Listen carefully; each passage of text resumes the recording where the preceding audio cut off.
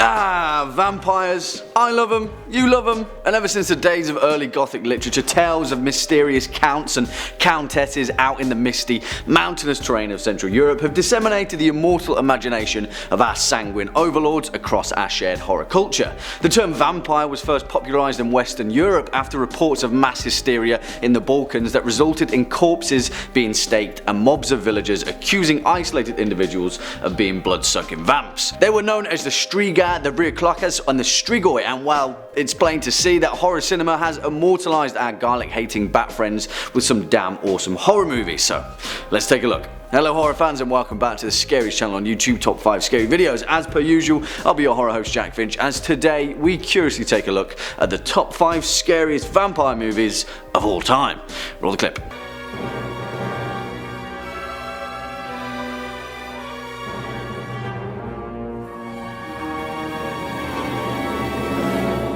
Now, for the curious amongst you, that clip was from the legendary 1922 German expressionist horror film Nosferatu, directed by F.W. Murnau and starring Max Schreck as the infamous vampire Count Orlok. And really guys, although it doesn't make this list, we can't pay homage to vampire horror cinema without first mentioning this particular OG bloodsucker. So there we go.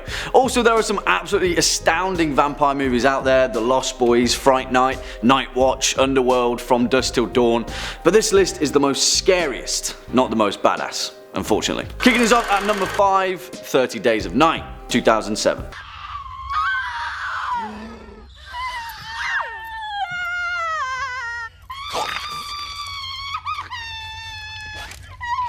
And to be honest with you guys, I still can't understand the lack of critical acclaim that this film received, because in my book it's one of the most faithful adaptations of vampire fiction that I've ever seen. The thing that makes 30 Days of Night so endearing, without mentioning its stellar cast and performance, is that the villainous vampires in the film are so captivatingly original. They're bestial and primal in ways that horror cinema has rarely ever captured. Based on the comic book miniseries of the same name, written by Steve Niles and directed by David Slade, 30 Days of Night focuses on the small town of Barrow, Alaska, as it enters its 30-day long polar night, and it just so happens that a band of ancient vampires turn up on a ghost ship ready for an interruption-free all-you-can-eat buffet. Josh Hartnett as Sheriff Eben Olsen absolutely knocks this film out of the park, as well as supporting roles from Melissa George, Ben Foster and Mark Boone Jr. 30 Days of Night is violent in all the right places, suspenseful in just the right amount, and a fitting tribute to the devices that make vampire fiction so damn awesome. Coming in at number 4, A Girl Walks Home Alone at Night, 2014.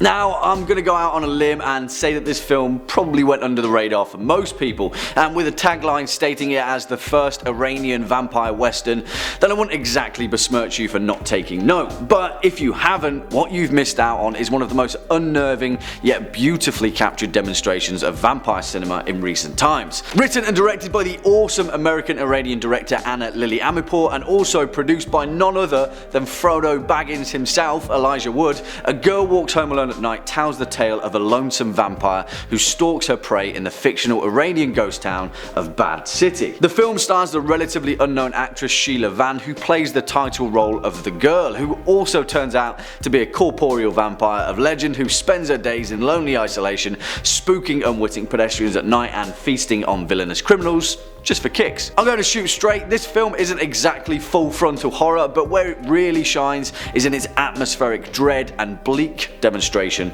of the human condition. Also, it's just really good. Next up at number 3, Bram Stoker's Dracula, 1992. Holy blood! We're strong in the Lord! In the power of his might! We're strong in the Lord! In the power of his might! Alright, if this was a list of literature, then of course Bram Stoker's original gothic masterpiece Dracula would be at the tippity top of this list, because of course it's vampire fiction 101. But if I'm being honest, Francis Ford Coppola's silver screen adaptation, although a horror showstopper, doesn't exactly bite the same necks that other vampire movies do. But That's the downside, because the rest of this film in its own right is a fantastic depiction of our favourite hemoglobin obsessed Count Dracula. Directed by the legendary Francis Ford Coppola and released in 1992, this film emerged during a time when some of horror's greatest icons were getting a bit of a rework, to say the least. And rework it does, steering Count Dracula from a campy, cape-wielding hammer horror figure to a creature steeped in ancient history and dripping with the blood of long-lost generations. Also, did I mention that this film is absolutely stacked? Gary Oldman as Count Dracula, the incredible Anthony Hopkins as Van Helsing himself, Winona Ryder in all her glory, and of course, the one, the only Keanu Reeves, whose English accent in this film is the stuff of cringe legend, but it's still awesome nonetheless. I've seen many strange things already. Bloody wolves chasing me through some blue inferno. Coming in at number 2 spot, Interview with the Vampire, 1994. Kill them swiftly if you will, but do it, for do not doubt, you are a killer, Louis! And I excruciatingly pandered over where to place this film, but I think in the end I'm happy with giving it the number 2 spot. For one reason, it perfectly captures the essence of what it is to be a vampire in a much more bleak and existential way that other vampire horror films have failed to encapsulate as well as this. It's also 90s cinema at its peak, and I'm a stickler for nostalgia, so there you go. Directed by Neil Jordan with a screenplay from Anne Rice herself, based on her incredible 1976 novel of the same name, Interview with the Vampire is a tale that spans generations and manages to maintain the blood-soaked gothic horror all the way throughout. The film stars Tom Cruise as Lestat de Lioncourt, who, may I add, is fantastic at playing a psychopathic blood-sucking villain. Who knew, eh? Alongside my man Brad Pitt as Louis de Pointe-du-Lac, a plantation owner of Spanish Louisiana in 1791, who gets turned into Lestat's new vampire best friend because, let's face it, they're both pretty lonely dudes. This film is fantastic because of the seamless ancestry that it manages to weave throughout its narrative, capturing the immortality of these vicious, pale-skinned, beautiful, bright-eyed killers without breaking a sweat. Not like vampires can sweat, anyway. Or can they? Do vampires sweat? Let me know, guys. And finally, at our number 1 spot, Let the Right One In, 2008.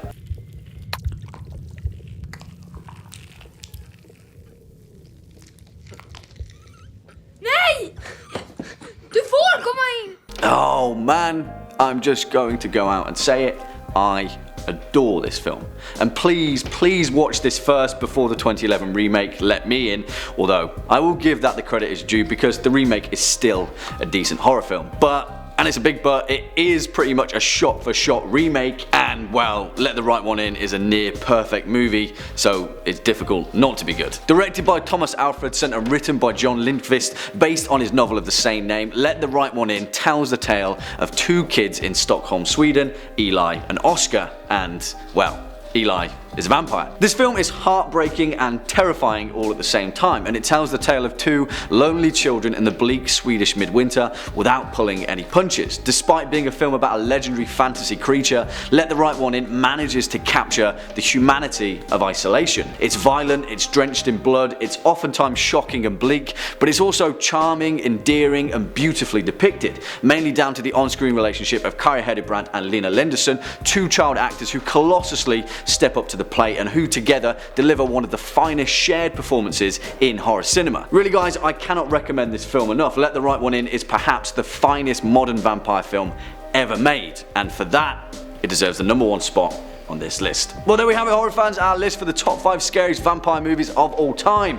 Why don't you let us know your picks in the comment section down below. Before we depart though, let's scour the comment section and read out some of your more entertaining edifications from over the past few days. First up, Dave S says, with Jack's love for horror, there is only one real question. If he hears a strange sound outside a cottage in the middle of the night, does he go to see what it is due to horror curiosity, or does he nope out of there with the quickness?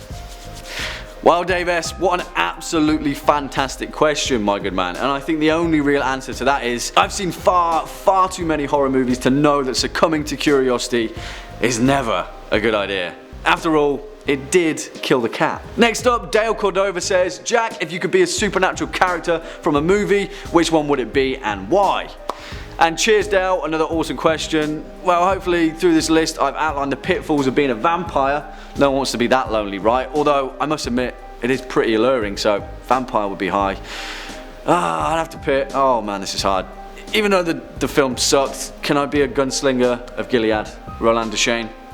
Yeah, I'll take that one. Well, on that note, horror fans, unfortunately, that's all we've got time for today. Cheers for sticking around all the way until the end. If you're a fan of this video, make sure to hit that thumbs up button as well as that subscribe bell, and we'll be seeing you in the next one. As per usual, I've been your horror host, Jack Finch. You've been watching top 5 scary videos. And until next time, you take it easy.